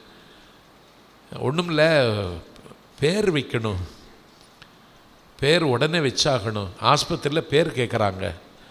அப்படியா, சரி வச்சிட வேண்டியதானே அப்படின்னா. இல்லை, ஜோசியர்கிட்ட கேட்டோம், தான்னு வரணுங்கிறான். அவன் ஜோசியம் எப்படி வேலை செய்து பாருங்க, தான்னு தொடங்கணும் அப்படின்னு சொல்கிறாரு. தான்னு தொடங்கணுமா? தாயா? தமிழ் பேராகவும் இருக்கணுங்கிறான். எனக்கு புத்தி வேலை செய்யலை. திடீர்னு கேட்டுருவான். திடீர்னு ஒருத்தன் திருக்குறள் எழுதுனது யாருன்னு கேட்டுட்டா எனக்கு மறந்து போச்சு. திருவள்ளுவர் எழுதினார்னு சொல்ல முடியல. திடீர்னு கேட்டுருவான். தான்னு வரணும்ண்ணா, ஆஸ்பத்திரியில் கேட்குறாங்க, டிஸ்சார்ஜ் பண்ண போகிறேன், சொல்லுங்கண்ணா அப்படின்னா. காரை நிறுத்திட்டு வெளியில் இறங்கி கை கட்டிட்டு இப்படியே நிற்கிறேன். தாவா? தரணி. அப்படி தரணி தமிழ் இல்லை, தமிழ் பேராகவும் இருக்கணும். தரணி தமிழ் இல்லை. தாமரை அது ஒரு கட்சிக்கு சின்னமாயிடுது. சரி, அதுவும் சரியாக வராது. என்ன செய்யலாம்? தா தா தா அப்படின்னு நான் இறந்து கேட்டுட்ருக்கேன், ஒன்றும் வரல. திடீர்னு ஒரு புத்தி பெரிய புராணத்துக்குள்ளே நுழைஞ்சிட்டேன். அங்கே நாகன்னு ஒரு அரசன், பொத்தப்பி மலையை அரசாண்டவன். யாருக்கு அப்பா? காலத்தியப்பருக்கு அப்பா, கண்ணப்பனுக்கு அப்பா. அவன் பேர் நாகனா, நாகன், குறவன், ஷெட்யூல்டு ட்ரைபு. அவனுடைய மனைவிக்கு பேர் தத்தை. ஆஹா, பெரிய புராணம் சேக்கலார் தான் நமக்கு உதவுறாருன்னு சொல்லி தத்தைன்னு, அண்ணா அற்புதமான பேருண்ணா, தத்தைன்னு வச்சிடறேன்னு சொல்லி இன்னைக்கு தத்தைன்னு ஒரு குழந்தைக்கு பேர் சூட்டிட்டு தான் மார்கழி பெருவிழாவுக்கு தகுதியோடு வந்து உட்கார்ந்துருக்கு. தேவந்தின்னு வைங்களேன், மணிமேகலைன்னு வைங்களேன், கவுந்தின்னு வைங்களேன், தத்தைன்னு வைங்களேன். தமிழ் பேரை தேடி தேடி எப்படி வைக்க முடியும்னு வைங்களேன். இன்னொரு தம்பி கேட்டான், அண்ணா பேர் மாடர்னாகவும் இருக்கணும், தமிழாகவும் இருக்கணும். இப்படி ஒரு சிக்கல். ஒரு தலைவன்ட்ட போய் ஒருத்தன் குழந்தைய கொடுத்து பேர் வைக்க, அவன் பூமாலைன்னு வச்சுட்டான் தமிழ் பேர். மனைவிட்ட ஃபோனில் சொல்லிட்டான், குழந்தைக்கு பேர் வச்சாச்சு, தலைவர் வச்சுட்டார், என்ன பேர்? பூமாலை. பூமாலையை கழட்டி போட்டுட்டு வா அப்படின்ட்டாவா. பேர் வைக்கிறதுல இவ்வளோ சங்கடம் இருக்குது. தமிழ் பேர் வைக்கணும், தமிழ் பேர் வைக்கணும் அப்படின்னு நினச்சிட்டா நிறைய பேர் கிடைக்கும். சொன்னால் ஆனால் கொஞ்சம் கொஞ்சம் பக்தி சம்பந்தமான பேராகவும் இருக்கணும், தமிழ் பேராகவும் இருக்கணும், ஆனால் மாடர்னாகவும் இருக்கணும் அப்படின்னு சொல்லி சொன்னான். நான் பார்த்தேன், எப்படி என்ன பேர் வைக்கலாம் அப்படின்னு யோசிச்சுட்டு திடீர்னு நாகப்பட்டினம் சோழவள நாட்டில் ஒரு அம்பாளுக்கு பேர் அஞ்சனாட்சி. அஞ்சனாட்சின்னு வச்சாலும் பரவாயில்ல, அஞ்சனான்னு கூப்பிட்டா அழகாக இருக்கும், வைக்கிறியா அப்படின்னு கேட்டான். அம்பாள் பேர். அண்ணா அஞ்சனாட்சின்னே வச்சிட்றேன்ட்டான். அந்த குழந்தைக்கு நான் பேர் வச்சு 3 வருஷம் ஆச்சு. அஞ்சனாட்சின்னே கூப்பிடுறாங்க வீட்டில், அஞ்சனன்னு கூப்பிடுறதில்ல, அஞ்சனாட்சின்னு கூப்பிட்டு அந்த பேர் இன்னைக்கு அந்த ஊரில் பூரா அந்த குழந்தைக்கு ஒரு மரியாதை. பேர் காரணம், பேருக்கு மரியாதை இருக்குது. மணிமேகலைன்னு பேர் சூட்டிட்டான் மாதவி குழந்தைக்கு. அவ தாயும் மகளும் தவக்கோலம் தரித்து விட்டார்கள். மகரை ஆள் வைத்து கடலாடு காதையில் அலைவாயும் கடலோரத்தில் போகத்தின் உச்சிக்கு போன மாதவி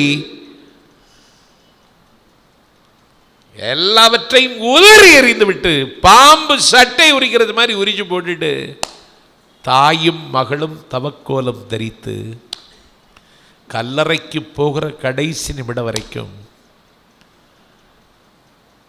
தவசீலியாகவே வாழ்ந்து அமுதசுரபி என்கிற அட்சய பாத்திரத்தை கையில் ஏந்தி பசித்தவர்களுக்கெல்லாம் பால் சோறு போட்டு தங்கள் வாழ்க்கையை முடித்து கொண்டார்கள். அவளை இன்னைக்கு பேசிட்டு இருக்கோம். வாழ்க்கைன்னா இதுதான். மாதவி அவ முதல் கற்புக்கு அடையாளம் கண்ணகி. கணவன் மீது வடிந்திருந்த பழியை துடைத்து விட்டு வானகம் போனாள். இவ இடைக்கற்புக்கு உதாரணம். அடுத்து ஒருத்தி வர்றா, கோப்பெரும் தேவி. அவள் கற்பு கடைக்கற்பு. அவள் மணிமுடி திரித்திருந்த மாமன்ன நெடுஞ்செழியனுடைய மனைவி. பாண்டி நெடுஞ்செழியன் சிங்காசனத்தில் உட்கார்ந்துருக்கான். தவறு செய்துட்டுங்கிறத உணர்ந்துட்டான். சில பேர் அதை ஒத்துக்கிட மாட்டான். காந்தியடிகளுக்கு சத்திய சோதனை படித்துட்டாலே பாதி பேர் தவறு செய்ய மாட்டான். சத்திய சோதனை வாங்குவான், படிக்க மாட்டான். இந்த புத்தக திருவிழாவில் போய் புத்தகம் வாங்குறவெல்லாம் படிக்கிறான்னு நினைக்கிறீங்களா? படிக்க மாட்டாங்க. சத்திய சோதனை படித்தாலே மனசை உருக்கிடும். இதயத்தினுடைய எல்லா கதவுகளையும் காந்தியடிகள் திறந்து வச்சுட்டார். எல்லாத்தையும் திறந்து வச்சுட்டார். புத்தகம் படிக்கிறது, கதை சொல்றதுக்கு, விளையாட்டுக்கு. நான் இங்க கதை சொல்லிட்டு இருக்கேன்னா எதுக்கு? வேலை இல்லாமல.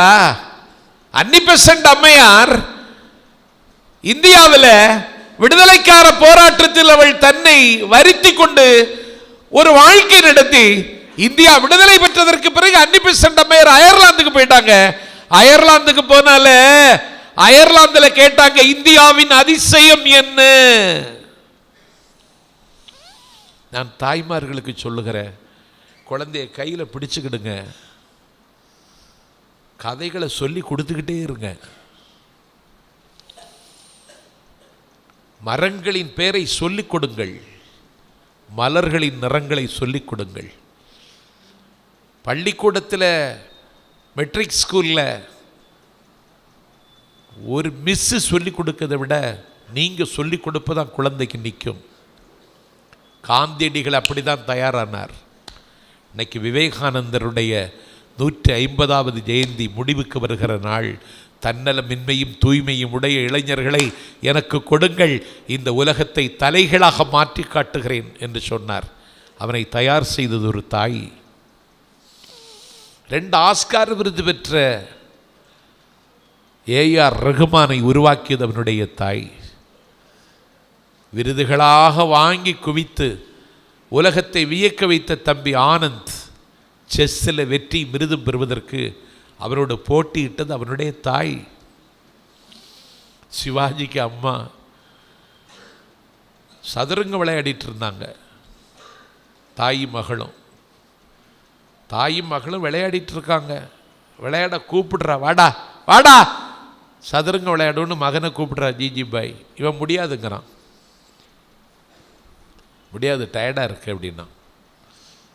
சத்திரியனுக்கு எதில் டயர்டு வாழை அப்படின்ட்டா. சத்திரியனுக்கு டயர்டு வரக்கூடாது, வா அப்படின்னு நாங்கள் விளையாட உட்காந்துட்டாங்க.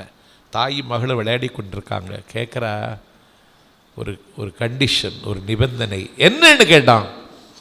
ஒன்றும் இல்லை, யார் வெற்றி பெறுகிறோமோ வெற்றி பெறுகிறவர் சொல்வதை தோற்றவர் கேட்க வேண்டும். இந்த சிலப்பதிகாரம்னு கதை மட்டும் இல்லை, தமிழனை புதுப்பிக்க, புனருத்தாரணம் செய்ய, அவனுக்கு புனர்வாழ்வை மீட்டுத்தர, நீ வாழ்ந்த வாழ்க்கை உனக்கு நினைவூட்ட. சேரன் செங்குட்டுவன் இமயத்தின் உச்சியில் கொடி பறித்த கதையை சொல்லுவது கதையா? இல்லை, நாம் வாழ்ந்த விதம் அது. 12000 சிங்களவர்கள் கைது செய்து கொண்டு வந்து காவிரிக்கு குறுக்க புகாரில் ஒரு நாள் கல்லணை கட்டினான். கரிகால் பெருவளத்தான். எத்தனை பேர்? 12000 சிங்களவர்கள். இன்னைக்கு 225 நம்மால் அந்த ஜெயிலில் இருக்கான். காலையில் விட்டுருவாங்கன்னு தகவல் வந்தது. மாலையில் இப்போ கூட்டத்துக்கு வர்ற அழைக்கைக்கு வர்றாங்கப்பா, விடமாட்டேன்னு சொல்றான். 12,000 சிங்களவர்களை கைது செய்து கொண்டு வந்து காவிரிக்கு குறுக்கே கல்லணை கட்டினான். கரிகால் பெருவெள்ளத்தான் அவன் வாகைப்பூக்களை சூடி வரலாறு படைத்துக் கொண்டு தென்னகமாம் பொன்னகம் வந்து சேர்கிற பொழுது வச்சிர நாட்டு மன்னன் அன்றைக்கு அவருக்கு முத்துப்பந்தலை கொடுத்தான், கொற்றப்பந்தலை கொடுத்தான். மகத நாட்டு மன்னன் அவனுக்கு பட்டிமண்டபத்தை கொடுத்தான். அவன் கட்டளைக்கு உலகம் அன்றைக்கு கட்டுப்பட்டிருந்தது. அவன் கண் சாடையில் அன்றைக்கு உலகம் இயங்கியது. புகாரில் ஒரு நாள் நீங்கள் புகுந்து பார்த்தால் இந்த விவரமெல்லாம் தெரியும். அன்னிபெசன்ட் அம்மையார்கிட்ட வர்றேன். அவள்கிட்ட கேட்டாங்க, இந்தியாவில் இருந்தீங்களே இவ்வளவு நாளா, இந்தியாவின் அதிசயம் என்ன? காந்தியா? இந்தியாவின் அதிசயம் என்ன? மண்ணும் இமயமலையா? இந்தியாவின் அதிசயம் என்ன? இன்னொரு நீர்க்கங்கை ஆறா? இல்ல. இந்தியாவின் அதிசயம் என்ன? விண்மறைக்கும் கோபுரமா? இல்லை. இந்தியாவின் அதிசயம் என்ன? வினை மறைக்கும் கோயிலா? இல்லை. இந்தியாவின் அதிசயம் என்ன? போதி மரமா? இல்லை. இந்தியாவின் அதிசயம் என்ன? குதுப் மினாரா? இல்லை. இந்தியாவின் அதிசயம் என்ன? அன்னிபெசன்ட் அம்மையாரிடத்தில் கேட்ட பொழுது அன்னிபெசன்ட் அம்மையார் அயர்லாந்தில் சொன்னார், என் பெருமைக்குரியவர்களே, இந்தியாவின் அதிசயம் தன் குழந்தையை தாலாட்டி பாலூட்டி வளர்க்கிற தாய் பாலோடு அந்த குழந்தைகளுக்கு கதையையும் சரித்திரத்தையும் சொல்லியே வளர்க்கிறாள். அந்த தாய் தான் இந்தியாவின் அதிசயம் என்று அன்னிபெசன்ட் அம்மையார் அயர்லாந்தில் சொன்னான். கரிகால் பெருவெள்ளத்தான் கதையை சொல்லி கொடுத்து பாருங்க. சிவாஜிக கதையை சொல்லி கொடுத்து பாருங்க. தாயும் மகளும் விளையாடுறாங்க. வெற்றி பெற்றால் வெற்றி பெறுகிறவர் சொல்றது தோத்தவன் கேட்கணும். சரி, அம்மா வெற்றி பெற்றா அம்மா சொல்றதை நான் கேட்டிருந்தேன். நான் வெற்றி பெற்ற நான் சொல்ல நீங்கள் கேட்பீங்களா? கேட்டுருவேன். தாய் மகளை விளையாட ஆரம்பிச்சிட்டாங்க. அம்மா ஜெயிச்சிட்டா, மகன் தோத்துட்டான். என்ன கேட்பாளோன்னு சிவாஜிக்கு நெஞ்சில் நிலநடுக்கம். இப்போ உள்ள தாயின்னா ஜோசலுக்காஸ் போய் ₹1. இப்போ உள்ள தாயின்னா டூர் போயிடலாங்கிறவா. என்ன கேட்பாளோன்னு நடுங்கிறான். அவ சொன்னா, அங்கே பார். எதை? அங்கே பாரல அப்படின்னா பார்த்தான். இந்த கோட்டையின் பேர் என்ன? சிம்மக்காட். கோட்டையின் உச்சியை பார்த்தியா? பார்த்தேன். கொடி பறப்பதை பார்த்தியாடா? பார்த்தேன். யார் கொடி? எதிரியின் கொடி. நாளை நாளை இதே வேளையில் அந்த கோட்டையில், அந்த கோட்டையின் உச்சி கொடிமரத்தில் உன் கொடி பறக்க வேண்டும், அந்த கொடி இறங்க வேண்டும். மகனுக்கு சொல்கிறா. இவன் சொன்னான், என்னால் முடியுமாம்மா, என்னால் முடியுமாம்மா, என்னால் சாத்தியமாகுமாம்மான்னு கேட்டான். அந்த தாய் சொன்னா, என் வயிற்றில் பிறந்த உன்னால் முடியாதது இந்த உலகத்தில் யாரால் முடியும்னு கேட்டான். பாருங்க, அவ்வளவுதான் சொன்னான். அடுத்த நாள் அதே வேளையில் சிம்மக்காட்டு கோட்டையில் கொடிமரத்தின் உச்சியில் சிவாஜியின் கொடி பறந்தது. இது ஒரு தாய் செய்த அதிசயம். ஒரு பெண் தானே அவ, கோப்பெருந்தேவி மன்னனுடைய மனைவி, நெடுஞ்செழிய பாண்டியனுடைய மனைவி. அவளுக்கு எவ்வளவு பெரிய வாழ்க்கை. இன்னைக்கு அந்த மன்னர்களுக்கு வாழ்க்கைக்கு பஞ்சம் இல்லையே. மைசூர் மகாராஜா மறைந்துட்டார்னு செய்தி கேள்விப்பட்டு அவருக்கு சொத்து விவரத்தை பார்த்தா இன்னும் அவ்வளவு வச்சிருக்கானே. மன்னர் மானியம் ஒளிந்ததற்கு பிறகும் ராஜஸ்தானில் போனா இன்னும் மன்னர்களாகவே வாழுகிறார்களே. அவ நெடுஞ்செழியன் தவறை உணர்ந்து மறைஞ்சு இறந்துட்டான். யானோ அரசன், யானே கல்வின்னு சொல்லி மறைந்துட்டானா, சரி அடுத்தது நான் தான் சொல்லலை.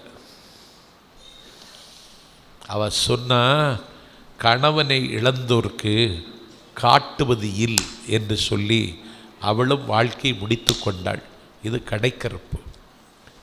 நிலங்களை 4 வகையாக பகுத்து, தமிழை 3 வகையாக பகுத்து,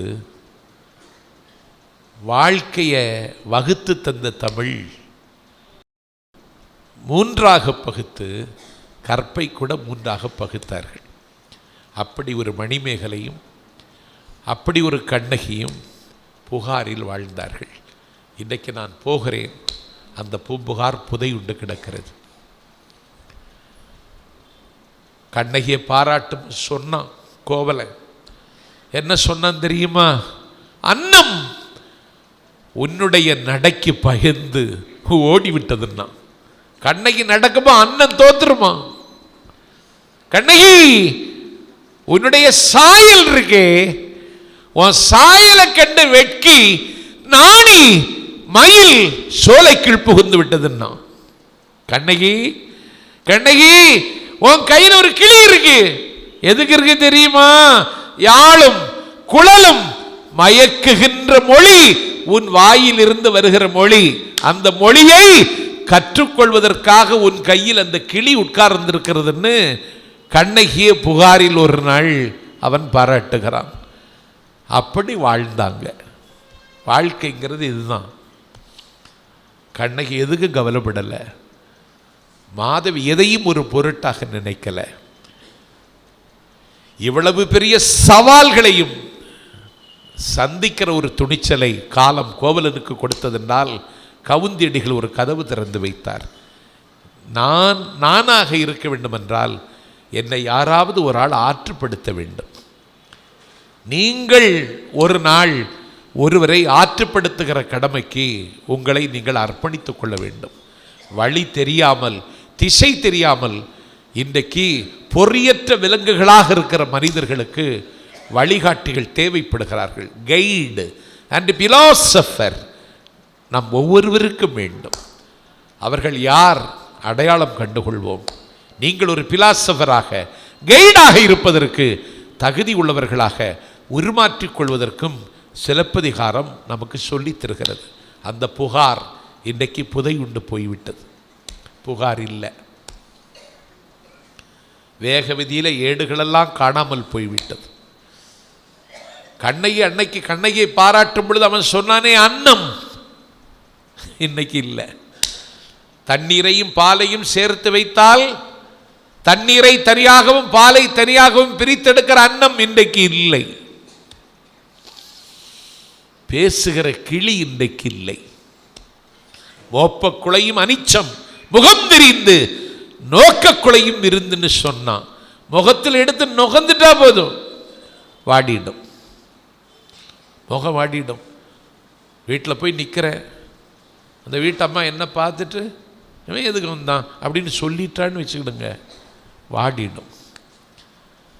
இப்படி மூக்குக்கு கிட்ட கொண்டு போய் நுகர்ந்து பார்த்த உடனே அனிச்சம் வாடிவிடும். வீட்டுக்கு ஒரு ஆள் வந்துட்டா முகமலர்ச்சியோடு வரவேற்காம அந்த ஆளை பார்த்து ஒரு வார்த்தை சொன்னால் அனிச்சத்தை போல வாடிடுவான்னு வள்ளுவர் சொன்னான். அந்த அனிச்சம் இன்றைக்கு இல்லை. அனிச்சம் இல்லை, அன்னம் இல்லை. புகாரில் ஒரு நாள் என்று சொல்லத்தான் முடிகிறது. அந்த புகார் இன்றைக்கு புதையுண்டு போயிற்று. நம்முடைய செல்வங்களையெல்லாம் நாம் இழந்து விட்டோம். நம்முடைய அடையாளங்களையெல்லாம் நாம் தொலைத்து விட்டோம். நாம் பாதுகாத்து வந்த பண்பாட்டு கருவூலங்களையெல்லாம் நாம் பாதியிலே விட்டுவிட்டு வந்து விட்டோம். தமிழ் தேசிய இனம் தன்னை புதுப்பித்து கொள்ள வேண்டுமானால், தன்னை புனருத்தாரணம் செய்து கொள்ள வேண்டுமானால், தன்னை அது மீட்டெடுக்க வேண்டுமென்றால், இருண்டு கிடக்கிற வானத்தில் ஒளிக்கதிர்கள் உதயமாக வேண்டும் என்று சொன்னால், இந்த உலகம் எப்படி இருக்கு? அந்த உலகத்திற்கு ஏற்ப உன்னை நீ தக்க வைத்துக் கொள்ள வேண்டுமானால் நீ தேடினால் மட்டும் போதாது, நீ இதையெல்லாம் கண்டறிய வேண்டும்.